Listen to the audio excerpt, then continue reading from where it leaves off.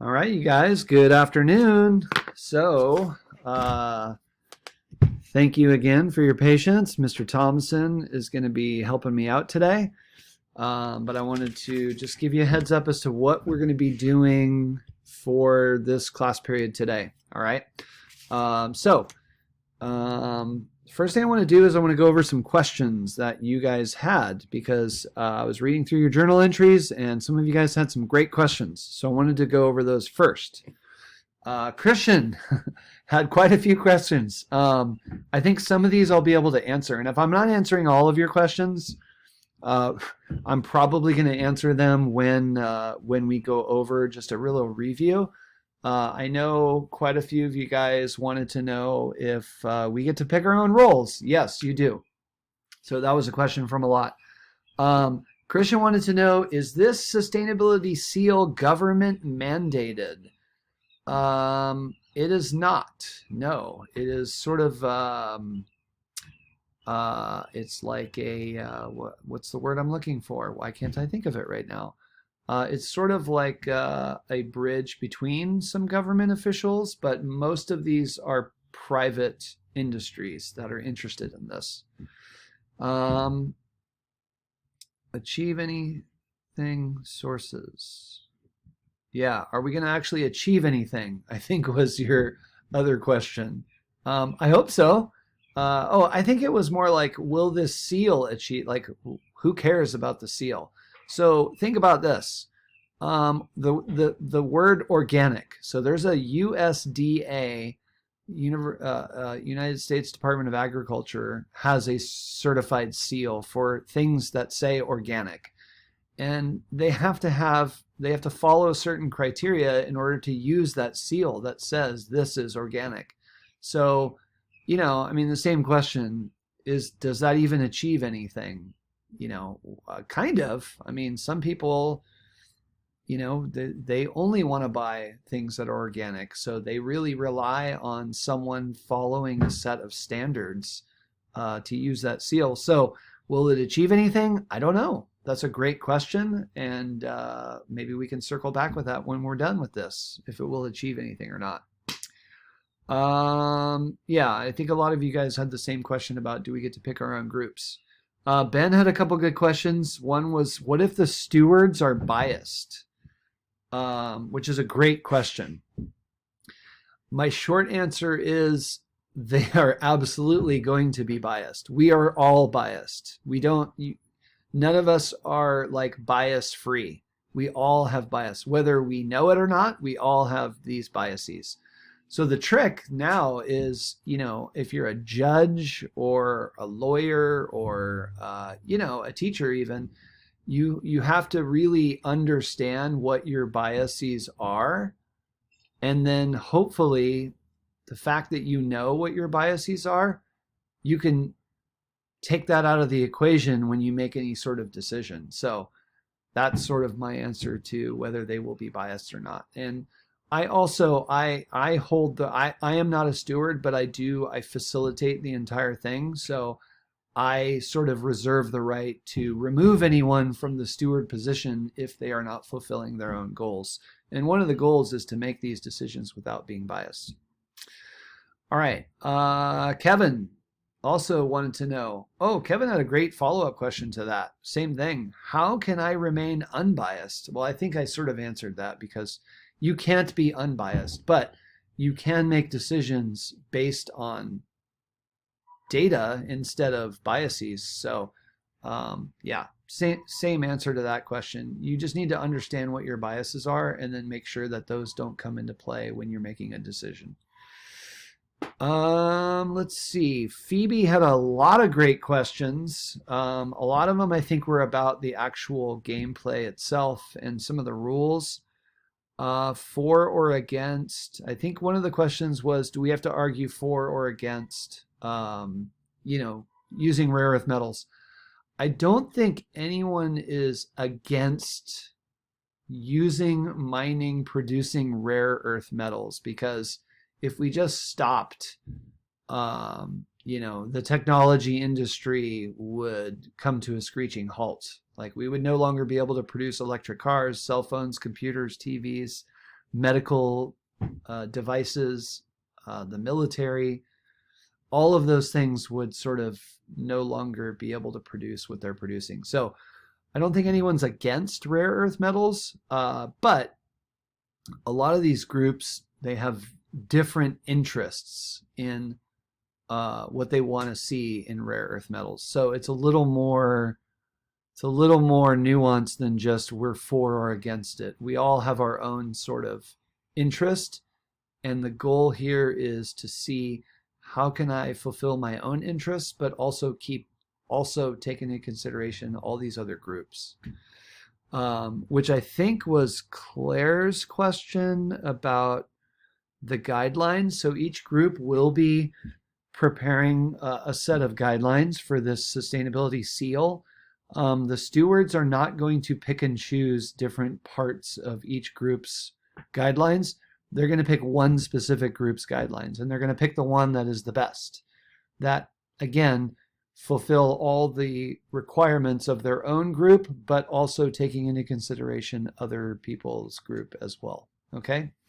So hopefully that helped with the question part. And if you guys do have other questions, I'm sorry I'm not here in person to answer them, but I'm more than happy to answer any of the other questions that come up. All right, so let me just give you guys a quick overview of what we're going to be doing, today, and then Mr. Thomason will sort of help out with part of this. So don't forget, there's many different kind of moving parts to this project. I don't want to sort of get in the weeds with every single rule in detail on every single part, because that doesn't help, because there's just too many of them. So what I want to focus on is just what we are going to be doing today and what we're going to be sort of striving for next week. So we already did the introduction. So we are going to be doing the summit preparation today. Okay, now the summit is not the debate. These will happen on separate days. The summit is more of an introduction. So we are all going to go into the conference room in the library, and we're all going to sit down as in our individual groups, and we're going to present our group. We're going to present, this is our group, these are our ideas, these are the specific people within this group, and then we're going to move on to the next group. The steward's job is they will have some prescribed questions that they already have written out for them, and they will be asking those questions for each of the groups. Okay, so the steward's role is more of a facilitator in the summit and also the debate. All right, so the summit again is just an introduction. Everyone's introducing themselves. They're speaking. They're sort of commenting on their point of view, and then the stewards will sort of evaluate each of those, and evaluate how you did on the questions, and then that will form the next part, which is getting ready for the debate. Okay, so today you guys are going to be choosing your group. All right, so I just want to give you a brief highlight. So the stewards, again, they can't win the debate. They're only there to choose the winner of the debate, but they can't win the debate. So they are the facilitators of the summit and the facilitators of the debate. They are sort of going to be semi-experts in all the different fields, so they have to do a little research in all the groups, and then they're going to be coming up with their own sort of questions to ask during the summit and the debate. They also have some pre-written questions that they're going to ask that you guys will have access to beforehand. Okay, so then we have the 4 interest groups. So we have producers. So these guys are the people producing the actual rare earth metals. These are the miners. These are the chemical companies that are separating out the rare earth metals chemically from the rest of the minerals in the earth. So you're going to choose a specific group to be a part of, and then a specific role within that group. So you might choose if you're going to choose to be a producer, you might be the director of an international mining company, or you might be a chemical engineer or entrepreneur. Okay, you may also be interested in choosing the manufacturing group.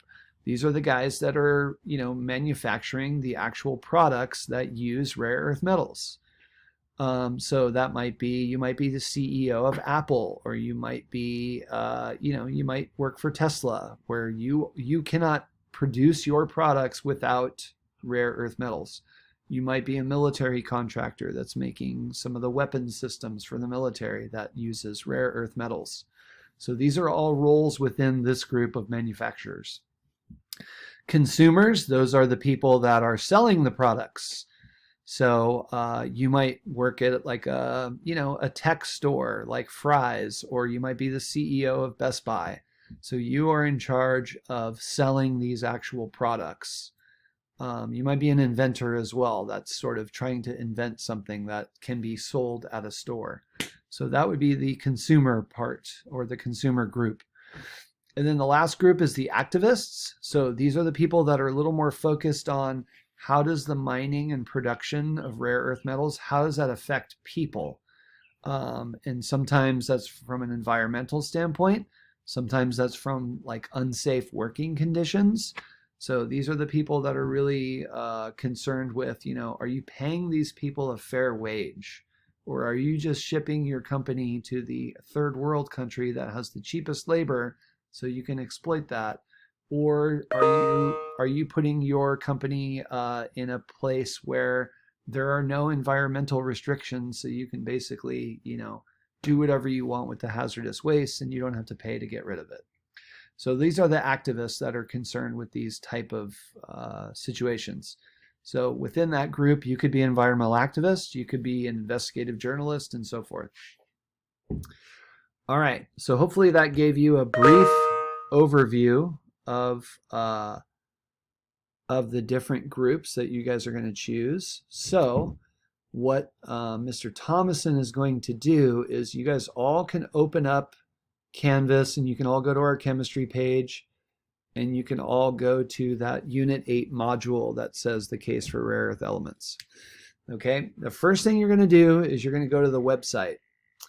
And when you go to the website, you're going to investigate each of these groups and you're going to come up with your top 3 choices for what group you want to be a part of and then what specific role you want to play within that group. Okay, so Mr. Thomason's going to give you about 15 to 20 minutes to read through each of these. So for example, I'm going to start with stewards. There's a very brief little sort of excerpt at the top that just tells you more about that group. And then if you scroll down, you're going to choose a very specific character within each of these groups. So if I think that steward sounds interesting to me, I'm going to come down here and I'm going to choose a very specific role, like chemist, for example. I want to be a chemist. So when we go to the Google Doc, you're going to sign up for the stewards group, and then you're going to put your specific role, like I want to be a material scientist, or I'm going to be a chemist. Okay, so that's the first part of this. Is he's going to give you about 15 to 20 minutes. You can go through and read each of these and figure out what specific group you want to be a part of, and then what specific role you want to play. And like I said, you want to have like 2 or 3, just in case somebody else wants to do that same thing. All right. After about 15 to 20 minutes of just going through and familiarizing yourself with each of these, Mr. Thomason's gonna give you the Google Doc in the chat. So it's gonna look something like this. And then you're going to put your name in, and then you're going to put what role you want to play. And he will sort of open that up to everyone as soon as you guys are all done with the website. Okay, we just did this in Gblock. Here's what it looks like. So just keep in mind that there is a minimum and a maximum for each group. So for example, the stewards in the last class, I had a minimum of 2 people that could be stewards and a maximum of 3. So it can be 2 or 3 basically. So it ended up that the stewards had a maximum of 3, and then all the other groups we had to have at least 2 people in. Okay. Yours is going to be a little bit different, where you can actually have a maximum of 4 people in the stewards, but you also have to have at least 2 in each of the other groups. So it just depends on where you guys want to, what group you want to be in. But just keep in mind, you can only have a minimum of 2 or a maximum of 3 in each of the groups, and then the stewards can actually have 4 maximum, but we need at least 2. All right, so that is the first part, okay? I'm going to actually continue on here and just let you know what the second part is going to look like, but that's part one. So after you guys are done filling that out, Mr. Thomason's going to put you guys into breakout rooms, and you're going to start with assignment number 2 or journal number 2. Okay, so this is within your actual group now. So within your group, you're going to open up your Google Doc and you're going to title this one journal entry number 2. And then what you're going to do is you're going to put your name of your interest group. You're going to put your character role, like what role did you choose? So for example, I'm in the manufacturers group and I chose to be the CEO of a wind turbine manufacturer. What you guys are going to do as a group, and this is where the fun part comes in, you can get a little creative, you're going to come up with your own personal name, right? So if I'm the CEO of a wind turbine manufacturer, then my name is going to be Dr. Wendy Blades. Okay, see what I did there? So you guys can come up with your own personal names for your role that you're going to play. Okay, like I said, be a little creative, have a little fun with it. Then the last thing you're going to do, and this is where most people had questions, it says you're going to indicate your interest group prop or symbol that unifies you guys. All right, so as a group, maybe I'm in the activist group. You guys need to come up with, because you're going to go into the conference room for the summit, and you want to be able to be identified as a team or as a group. So we are the activist team or we're the activist group. So some groups in other classes, they said, hey, can we wear like tie-dye shirts? Because activists are kind of all about peace, and I think that would be a good way to identify us as an activist group. So that's great. So part of your grade is going to be for creativity, and part of that creativity grade is, were you able to come up with some sort of prop or symbol or something that sort of unified you within that group? All right. Manufacturers, another group, they said, well, we're going to bring in this like gear thing, and we're all going to hold this because that's going to show us as a manufacturer. So I'm going to leave that up to you guys to brainstorm and get a little creative with what you want to do with that. So that's all part of the group. And then the last part is you're going to go back to the website and you're going to click on your very specific role, and you are going to read through that. And then you're going to write a summary on your specific character's background and biography, your character's mission, and then what are your victory objectives? Like, what are you actually going to, how are you going to win this game? Okay. So again, if I go back to the website, I go to activists, and let's say I chose to be an environmental activist based in China. I'm going to click on that now, and I'm going to read through the background and biography. I'm going to summarize that.